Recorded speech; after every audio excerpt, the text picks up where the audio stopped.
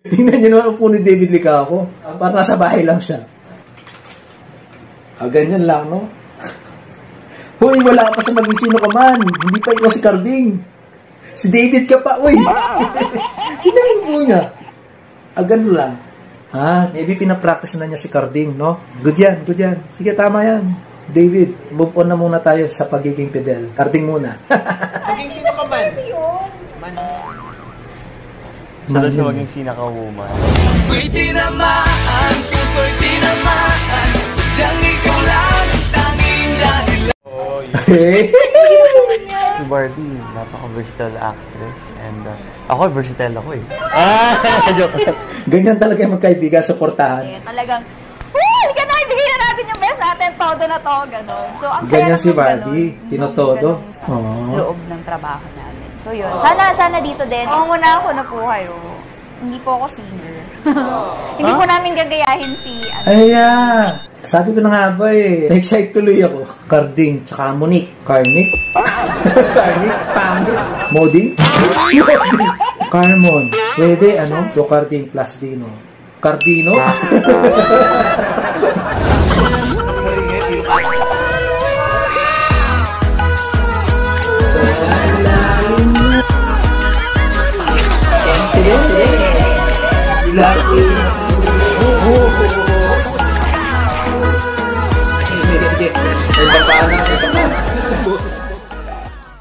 Hello mga Bads! Welcome back again to my channel, Bads Andy. It's another reaction video for today mga Bads. And for today's video, we are going to react to Barda mga Bads. Maging sino ka man, Couch Talk with the Cast. Yes mga Bads, after doing a reaction video from teaser of Maging Sino Ka Man, TV adaptation of Barda, mapapanood po natin gabi-gabi itong Maging Sino Ka Man ng Barda. Sa mga hindi pa po nakakanood mga Bads ng reaction video natin na pasilip ng GMA Network na teaser po ng Maging Sino Ka Man ng Barda mga Bads, ayan, ginawa po natin na reaction video yan, yung teaser mga Bads ng Maging Sino Ka Man, Nina Barbie Fortesa and David Licao, also known as Barda mga Bads. Please mga Bads, consider to watch it mga Bads. Lalagay po yung link sa description box below mga Bads, no? Yeah mga Bads, without further ado, let's do this mga Bads. Couch Talk with the Cast of Maging Sino Ka Man. Let's go! Mga Bads, nakikita nyo ba yung nakikita ko? Andito po si Padre Salvi. Oh no. Flashback. Andito rin si Padre Salvi, mga Bads. What? Hanggang dito ba naman? End of flashback. Si Juancho Trevino. Mabait ka rito, right? Sigurado, evil yung magiging role na naman niya rito. No, seriously, mabait naman po talaga yung si Juancho Trevino. Convincing actor, no? Magaling po. Very well portrayed po. Yung pagganap niya bilang si Padre Salvi. Walang personalan, trabaho lang mga Bads. Galing pa talaga sa akin. Padre Salvi, naku. Wag na wag ko lang malalaman, pinapahirapan mo na naman. Itong Barda namin, gigil mo ako. Mr. Juancho Trevino, Mr. David Licao, and Miss Barbie Fortesa. Kami kasama before sa Maria Clara at Ibarra. At chikahin natin sila about... So kasama din pala nila itong host sa Maria Clara at Ibarra noon, no? Parang hindi ko siya na-recognize. How dare you? Seriously, hindi ko po siya matandaan. I haven't seen her sa Maria Clara at Ibarra. Sorry po. Yes. So, sinabi ko na sa inyo. Ang ganda naman ni Miss Barbie. Suot niya. Saan ba sila galing? Ba't ganyan suot nila? Maria Clara at Ibarra, and then of course yung role mo ngayon. May buhok ka na. Oo, maliban din siya. May buhok na siya. Hindi na siya si Padre Salvi. Yes. Medyo tayo masanay sa real world. Napaka-formal naman ni Barbie. Saan ba sila galing dito mga Bads? Ba't ang ganda ng pormahan nila, no? I'm sure meron silang event before this or after this. Ganda ng suotan nila eh. Perfect. Parang galing sila sa GMA Ball. Ganda ni Miss Barbie. Gwapo din naman tong dalawa. Naman? Gwapo talaga. Ano yung things that you had to really differentiate? Kasi syempre, Padre Salvi, parang talagang ano ka dito. Ito, I think, nakakagigil siya doon. I'm sure nakakagigil din siya rito. Side, syempre, kailangan kong alam mo sa sarili ko, sa puso ko, yung essence ng character. Yung essence kung... Kaya magaling siya eh. Lavender. Lavender? Hey! Essential oil yun. Iba yun. Ayun, so parang yung Komedyante itong si Wancho. Deep reason ng character ko. Yun yung kailangan kong mahiwalay sa character. Ay naku, nakita nyo na naman yung picture na yun. Ayoko nga nakikita yun eh. Hiwalay sa character na Padre San. Yun bang Naalala nyo friendship nyo ay naman siya. nag-start Hanggang dito ba naman? sa NCI or way before? Way before ba ako para sa Way before ba ako para sa Magkaibigan na sila before pa. Parang hindi kayo sure, parang magkaiba yung heart ng friendship nyo. Iniisip ko kasi kung saan ko siya unang nakita. Hindi niyo maalala. So hindi talaga. Actually, naalala ko. Hindi, parang ang naalala ko talaga sa'yo. Nakita kita sa Facebook. Well, anyway, yung iba, hindi talaga nagkakilala ng sa Facebook. Nagiging magkaibigan. Parang layo na sa maging sino ka ba? Ay, sige. Ba't ganyan naman upo ni... Tingnan nyo naman upo ni David Licao. Parang lang, parang nasa bahay lang siya. Tingnan mo yung dalawang kasama niya, siya. Ganyan lang, no? Hoy, wala pa sa maging sino ka man. Hindi pa ikaw si Carding. Si David ka pa, uy. Tingnan yung upo niya. Ganun lang. Ano ba yan? Maybe pinapractice na niya si Carding, no? Good yan, good yan. Sige, tama yan. David, move on na muna tayo sa pagiging Fidel. Carding muna. Tingnan nyo. Totally ko si maging sino ka man. Kasi, Maging sino ka man. Man. Siya daw siya maging sinaka-woman. Ako'y tinamaan, puso'y tinamaan. Sadyang ikaw lang ang tanging dahilan. Oh, yun. Eh? Ang galing. kasi naman yung adjustment, having more space. Tingnan mo naman, madali lang naman. David. Ay, parang takad na tayo. Nakaganon na. Ganyan ba? Ganun. Hoy! May isa, oy! Kasi si Barbie, napaka-versatile actress. And ako, versatile ako eh. Joke. Hindi siya ayaw niya Hindi din. siya. Hoy, naniniwala po ako na si Miss Barbie Fortesa is a versatile actress, no? A very good actress. Very flexible po itong si Miss Barbie natin, no? As well as Juancho Trevino, no, mga buds. May mga nakikita na rin po akong projects niya noon. Pero sa pagkaalala ko, mga buds, hindi siya yung like this, like Padre Salvi, like this sa maging sino ka man na kontrabida. I mean, medyo bida siya sa mga napapanood ko noon, no? So, ibig sabihin, versatile siya, mga buds. At pagdating naman dito kay David Licao, well, dito natin malalaman, no? Kung talagang versatile siya at kung fit siya maging si Senator Robin Padilla doon sa maging sino ka man. Nakakainis mo tanggapin, ha? Nakakainis tanggapin, eh. Pero champion ko talaga. Taas ang kamay ko sa'yo. Nagkakagusto na nga ako sa'yo, eh. Mahala kita palagay ko, eh. Maging sino ka man. Anyway, bukod na sa Maria Clara Tibara, ito po yung kalawang big project ni David Licao. Ito natin talaga malalaman, no? Anyway, talagang pinaghandaan naman nito, I'm sure, ni David Licao, no? At balita ko, kakasugat pa siya sa mga fighting scenes, no? Pag action. No? Si David talagang versatile, di ba, na actor. Kasi, Gagawin mo pa rin. As a friend. As a friend. Ayan na, okay. O, sige. Action scene yung trailer na, ano, na pinakita Na malapit na, ipalabas. Pero hindi, except with Bowser. Okay, hindi decline. Ganyan talaga yung magkaibigan sa portahan. Nung sa Maria Clara Tibara, hindi tayo nagkaroon ng eksena together. Pero nakita tayo sa... Oh, ito siya. Yeah, I remember this. I remember this scene.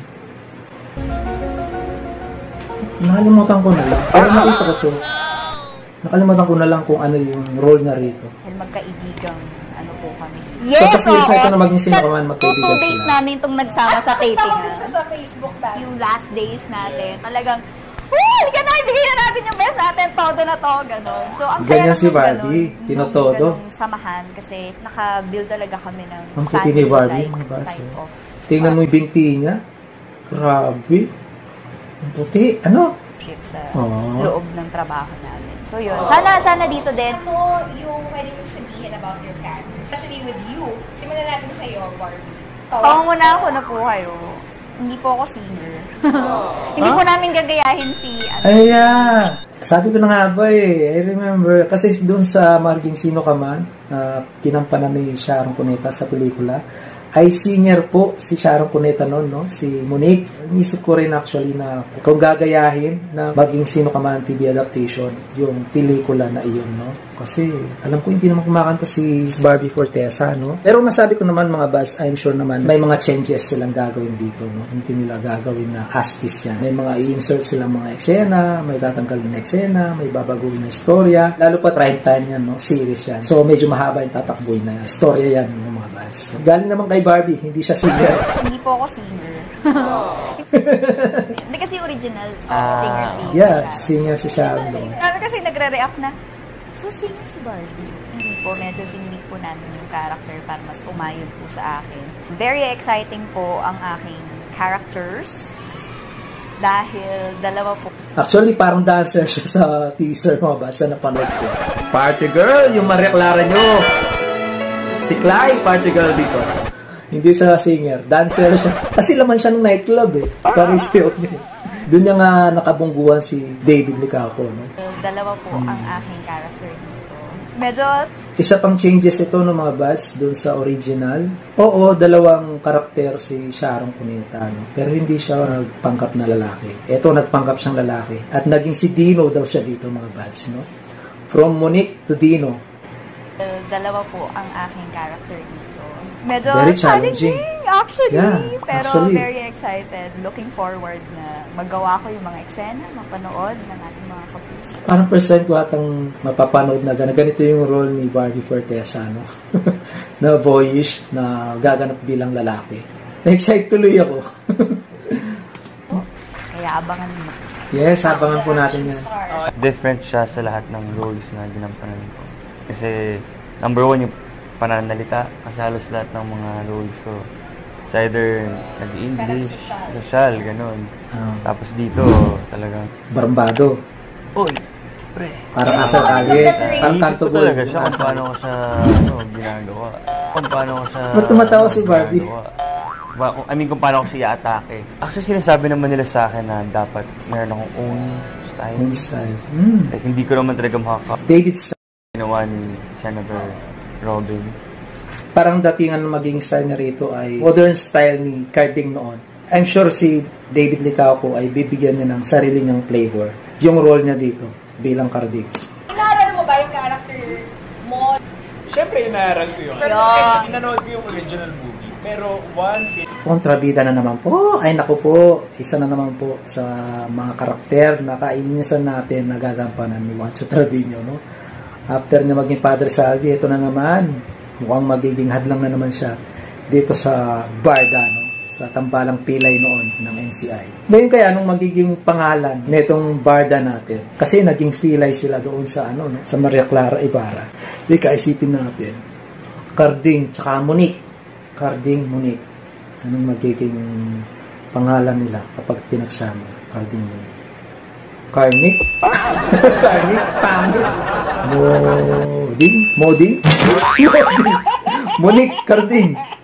Carmon. Pwede, ano? Carding, Monique, Carmon. Pag naging lalaki si Barbie na magiging Dino, so Carding plus Dino. Cardino? Comment down below mga bats. Ano sa palagay niyo magiging hashtag name nila mga bats, yung love team nila rito, mga bats. Comment your thoughts about this. Kailangan namin iwasan as artists with the remake is to copy everything that they did. What you're focused on is the essence. Yun, yung essence ng story. Natatawa na lang si Barbie sa inyo. In-embody namin. Enjoy mo ba, Juancho, yung contribute the roles? Kasi syempre dati, puro mga ikaw na yung cause. Yeah, as I told you ng mga buds, no? Dating role niya mga bida.